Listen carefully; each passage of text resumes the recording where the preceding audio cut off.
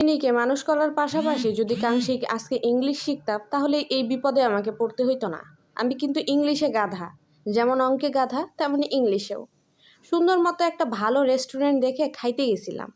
ঝাঁকানাকা একটা দেখলাম যে খুব ঝাঁকানাকা লাইটিং চলতেছে। যাই, একটু মাঝে মাঝে নিজেকেও ট্রিট দিতে হয়। নিজের এই মন মানসিকতা থেকে একটা রেস্টুরেন্টে খাইতে গেলাম। ভাবলাম যে ঠিক আছে, টিউশনের কিছু টাকা টুকা পাইছি, এইবার হ্যাঁ তোকে ছাড়া গেছিলাম, এটার প্রতিবাদ করার তো কোনো মানে হয় না, এখানে চুলকাচ্ছি তো। যাওয়ার পর দেখি এখন এই ঝাঁকানাকা রেস্টুরেন্টে আমার মতো পাবলিকের জন্য না।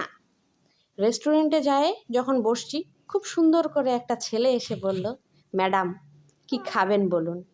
আমি আবার কাঙ্ক্ষিক 2-4টা ঠাই ঠাই করে ইংলিশ জানি। ঠাই ঠাই করে ইংলিশ বলতে যাই, আমি বললাম মেনু কার্ড নিয়ে আসেন। তারপর তো লোকটা মেনু কার্ড আমাকে এনে দিল, বলল ম্যাডাম সব থেকে ভালো খাবারটা আপনি অর্ডার করবেন বলে আমি বিশ্বাসী। কিন্তু মেনু কার্ডটা ওপেন করতেই আমার একেবারে হুঁশ উড়ে গেল। মানে আমি জাস্ট আর নিজের নিজের স্থানেই নাই। এখন আপনারা বলবেন কেন, ঠাই ঠাই করে ওখানে ইংলিশে সব কিছু লেখা আছে, আর আমি তো গাধা। 2 সাইডটা যা থ্যাংক ইউ সরি বলতে জানি আর আই লেবু, এর বেশি কিছু তো বলতে জানি না। এখন আমি কি করব, ভাবলাম যে না, যার শেষ ভালো তার সব কিছু ভালো।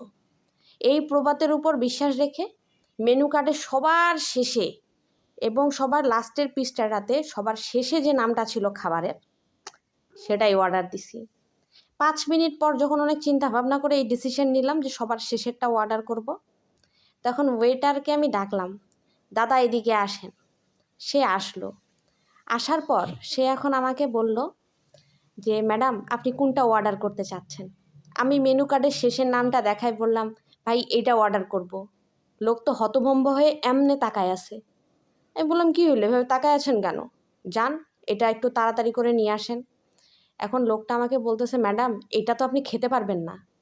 আমি তখন একটু ভাব নিয়ে বললাম, কি রাবিশ কথাবার্তা, আমি টাকা দিয়ে কি খাবো না খাবো এটা কি আপনাকে বলে খাবো? লোকটা বলতেছে, ম্যাডাম এটা কি করে খাবেন, সবার লাস্টে যে নামটা আছে এটা তো খাবারের নাম না, এটা আমাদের রেস্টুরেন্টের মালিকের নাম। আমি কাছে লজ্জা শরম পাইয়া বললাম, আসলে আজকে চশমাটা রেখে আসছি তো তাই, এই আগেরটার যে লাস্টেরটা আছে এটার আগেরটার নামটা এটা খাবো। বলে ম্যাডাম এটাও খেতে পারবেন না। আমি বললাম এটা আবার কেন খেতে পারবো না রে বাবা। করছে ম্যাডাম এটা তো আমাদের ম্যানেজারের নাম। আমি করছি যদি মেনু কার্ড ভরা নামই থাকে, পার্সনের নামই থাকে, তাহলে আমি খাবো কেমনে। কয় ম্যাডাম এই 2টা বাদ দিয়ে আপনি যা ইচ্ছা তাই খেতে পারেন। তারপর ডিসাইড করলাম এবার মেনু কার্ডের উপরে যার নামটা আছে সেই নামটাই আমি খাবো। বললাম এটা নিয়ে আসেন। কয় ম্যাডাম আসলে আপনি চোখে ব্যাপক কানা, এটা তো আমাদের রেস্টুরেন্টের নাম। রাগ করে উঠে চলেই আসলাম গাইস, আর খাইলাম না। ভাবছি এবার ইংলিশ শিখে তারপরেই খেতে যাব, তোরেও নিয়ে যাব, টেনশন করিস না গাদাডা।